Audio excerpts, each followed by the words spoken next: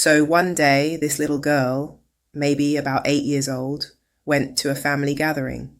The house was loud with music, laughter, jollof rice in the kitchen, people she called Auntie and Uncle, even though blood had nothing to do with it. But something kept happening. Every time her mum left the room, just for a few minutes, the energy around her changed. The smiles faded, the laughter dimmed, and certain individuals started acting off. Their tone, their looks, the way they suddenly ignored her presence or gave her strange glances. It was like she became invisible. But the moment her mum walked back in, oh, the performance returned. Smiles, hugs. Oh, you've grown so big.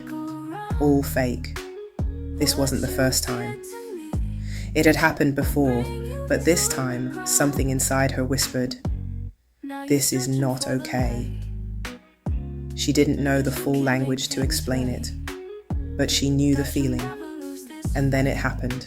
Later that evening, back home, in her pajamas, while brushing her teeth, she blurted out a sentence, just a passing comment, a slip of the tongue.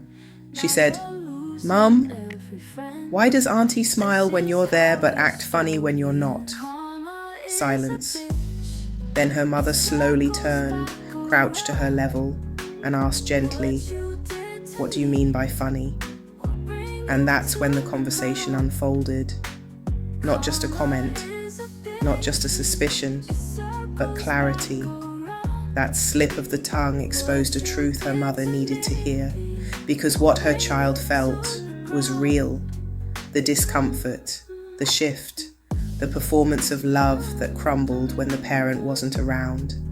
And that one moment, that was the beginning of the eradication of false friends from that woman's circle, because she hadn't just raised a polite child, she had raised a child who could recognize when love was conditional, a child who trusted her voice, a child who could say, "Something's not right here," even when she didn't have all the words yet. This is why we raise our children with emotional literacy, not just so they can speak well, but so they can feel well, so they know what safety feels like, so they know when a hug feels hollow, so they know when a smile is sugarcoating shade.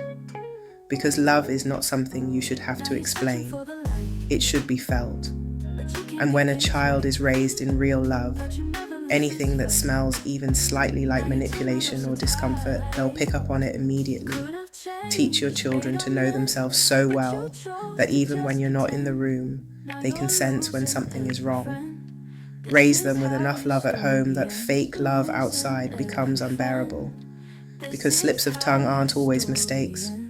Sometimes they're divine whispers of truth. Truths children will only share when they feel safe enough to speak. So the next time your child says something random, listen carefully. Because sometimes the things we call slips are actually signals. And if this story resonated with you, I want you to like, share, and drop a comment below. Have you ever experienced this as a parent? Or maybe you were the child who noticed things before you had the language for it? Let's talk about it. Let's unlearn the silence.